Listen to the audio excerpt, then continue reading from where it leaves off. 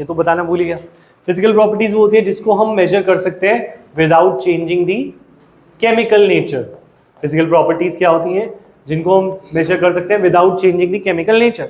अगर तुम्हें किसी की पोलैरिटी मेजर करनी है, किसी का बॉइलिंग पॉइंट, किसी का मेल्टिंग पॉइंट, तो उनका केमिकल नेचर चेंज करने की जरूरत नहीं है। For example H2O solid goes to H2O liquid. तो अगर मैं इसका बॉइलिंग पॉइंट मेजर करना चाह रहा हूँ, क्या मैंने इसका केमिकल नेचर चेंज किया, सिर्फ फिजिकल स्टेट चेंज करी, फिजिकल स्टेट ही चेंज करी, तो ऐसी प्रॉपर्टीज कहलाती है फिजिकल प्रॉपर्टी।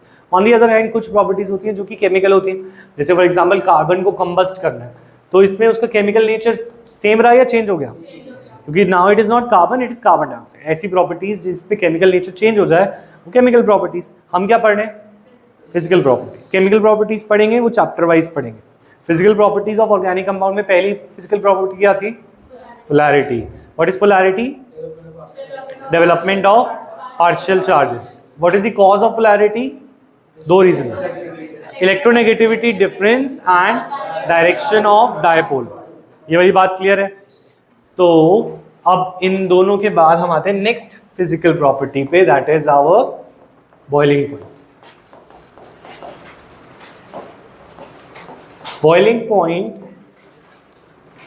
तो सब जानते हैं बॉइलिंग पॉइंट क्या होता है, और बॉइलिंग पॉइंट के बारे में भी पढ़ेंगे बट इन चैप्टर सॉल्यूशंस, ठीक है। तो अभी हमें बॉइलिंग पॉइंट को अप्लाई करना है। ये तो सभी जानते हैं कि बॉइलिंग पॉइंट का मतलब होता है conversion of liquid solid to liquid या liquid to gas, liquid to gas, किसी चीज को वेपराइज करना, तो उसका जो टेम्परेचर होता है that is the boiling point. Physical इस बारे में हम पढ़ेंगे जब हम सोल्यूशन चैप्टर पढ़ेंगे, बॉइलिंग पॉइंट क्या होता है, क्या चीजें होती हैं, पर हमें ऑर्गेनिक के हिसाब से पढ़ना है अभी, राइट। तो चीज़ों को क्लैरिटी में रखोगे कि हम ऑर्गेनिक में तो बॉइलिंग पॉइंट को सिर्फ ऑर्गेनिक की कंपाउंड्स पे अप्लाई कर रहे हैं। जब हम फिजिकल केमिस्ट्री पढ़ेंगे तो हम पढ़ेंगे कि बॉइलिंग पॉइंट कैसे वेरी करता है विद टेम्परेचर या वेपर प्रेशर एक्सेट्रा। एनीवेज, तो boiling point depends upon first polarity. किस पे डिपेंड करता है ये, यानी कि ये खुद पोलैरिटी पे डिपेंड करता है। पोलैरिटी पे कैसे डिपेंड करता है, यानी कि जितना पोलर होगा, अच्छा सोचो, बचपन की बातें सोचते हैं कि जब तुम्हें सॉलिड लिक्विड गैस के बीच में डिफरेंस बताया जाता था, तो पहला डिफरेंस क्या दिमाग में आता है, solids have high intermolecular force, they have high intermolecular force, liquids have lesser intermolecular, और gases have least intermolecular force। एक चैप्टर था जो तुम्हारे को पढ़ाना चाहिए था, नहीं पढ़ाया, स्टेट्स ऑफ मैटर, डिलीट कर दिया, ठीक है। उसमें हम पढ़ते हैं कि इंटरमॉलिक्यूलर फोर्स को का नाम हमने बदल दिया ताकि कॉमर्स वाले बच्चे ना समझ पाए, ठीक है। बस इंटरमॉलिक्यूलर फोर्स को आज से हमें क्या बोलना है, वॉन डर वॉल फोर्स। यानी दो, जब साइंस वाले बच्चे बात कर रहे हो तो कॉमर्स वाले को समझना है कि हम क्या बात कर रहे हैं, तो हमने उसका नाम बदल दिया। इंटरमॉलिक्यूलर फोर्स को क्या बोलेंगे, von der Waals force, same चीज है, ठीक है। तो point is solid liquid gas which has greater van der Waals force in solid, ठीक है, कॉमर्स में चला था।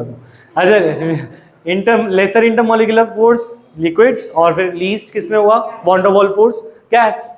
Von der Waals force attractive forces को बोलते हैं, यानी कि जो अट्रैक्टिव हो, क्योंकि कुछ फोर्सेस रिपल्सिव भी होते हैं, पर जो सिर्फ अट्रैक्टिव होते हैं उनको क्या बोलते हैं, van der Waals force. Clear है पॉइंट। तो ये इंटरमॉलिक्यूलर फोर्स है, दिस इज नॉट बॉन्ड।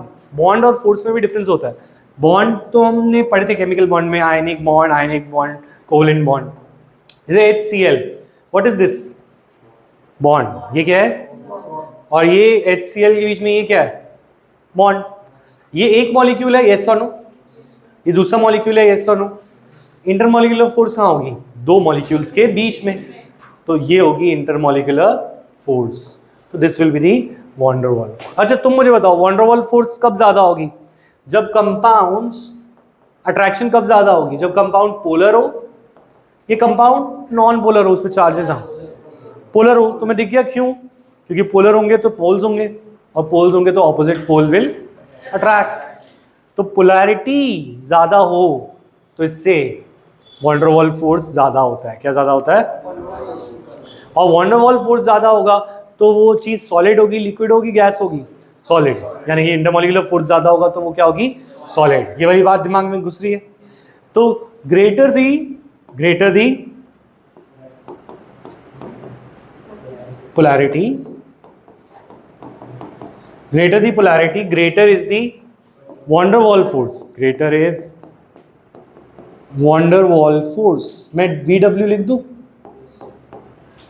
और अट्रैक्टिव फोर्स ज्यादा तो बॉइलिंग पॉइंट ज्यादा। लिखना है सब कुछ, लवे लिख रहे हो, लग नहीं रहा।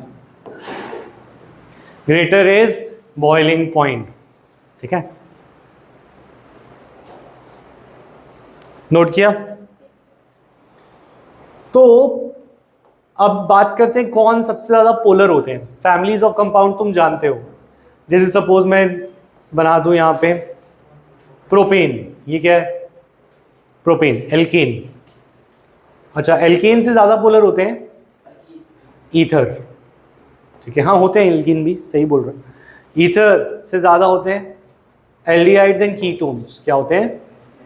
तो पहले मैं एक काम करता हूँ, पहले तुम्हें जनरल लिख देता हूँ, जनरल के बाद तुम ये करो। सबसे कम पोलर होते हैं एल्केन्स, एल्केन से ज़्यादा होते हैं ईथर्स, ईथर्स से ज़्यादा होते हैं aldehydes and ketones, aldehyde ketone से ज़्यादा होते हैं अमाइंस, अमाइंस से ज़्यादा होते हैं एल्डिहाइड्स एंड कीटोन हो गए अल्कोहल्स, अल्कोहल से ज़्यादा होते हैं acids, carboxylic acids. This is the order of polarity and this will B order of boiling point if molecular weight is same. Molecular weight अगर सेम हो तो सबसे ज़्यादा बॉइलिंग पॉइंट किसका होता है, एसिड्स का। क्यों? क्योंकि एसिड की पोलैरिटी ज़्यादा होती है। तुम बोलोगे क्यों? क्योंकि एसिड का फंक्शनल ग्रुप क्या है, COOH।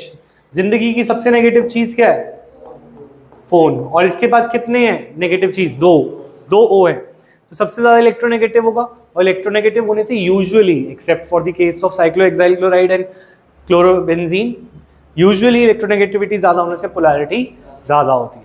तो एसिड्स मोर पोलर, अल्कोहल्स में भी OH बॉन्ड आता है मोर पोलर, NH बॉन्ड आता है मोर पोलर, ठीक है, NH बॉन्ड आता है that is NH2 bond more polar, CHO और CO, ईथर ROR O, सिर्फ एल्केन में तो सिर्फ C और H। तो सबसे ज्यादा पोलर होते हैं एसिड्स, क्योंकि उनमें दो इलेक्ट्रोनेगेटिव ग्रुप आते हैं।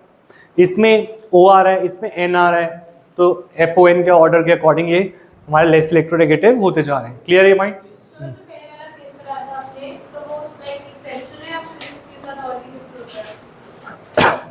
सिर्फ वही वाला केस याद रखना है तुम्हें, ठीक है, जो ये वाला कह रहे हो ना, जो ज्यादा इलेक्ट्रोनेगेटिव होता है वो ज्यादा पोलर। इसमें मोस्ट इलेक्ट्रोनेगेटिव होता है ना जब, तब हम डिफरेंस देखते हैं। अगर कोई ज्यादा इलेक्ट्रोनेगेटिव है ही नहीं उससे, जैसे COH है ना, COH में सिर्फ एक इलेक्ट्रोनेगेटिव ग्रुप है और वो O है, तो इसमें मैं सोच रही हूँ अगर नेगेटिव वाला ज्यादा नेगेटिव हो रहा है तो अच्छी बात है ना, पोलैरिटी ज्यादा होगी। उसके इसमें ज़्यादा C जो पॉजिटिव होना चाहिए था वो इलेक्ट्रोनेगेटिव हो रहा था, तो वो बुरी बात है, वो कम होना चाहिए था, है ना। एनीवेज, तो ये ऑर्डर फॉलो होगा हमेशा विदाउट एक्सेप्शन। ये वाली बात समझ में आ रही है, लिख लिया, ठीक है, समझ आ रहा है आयुष?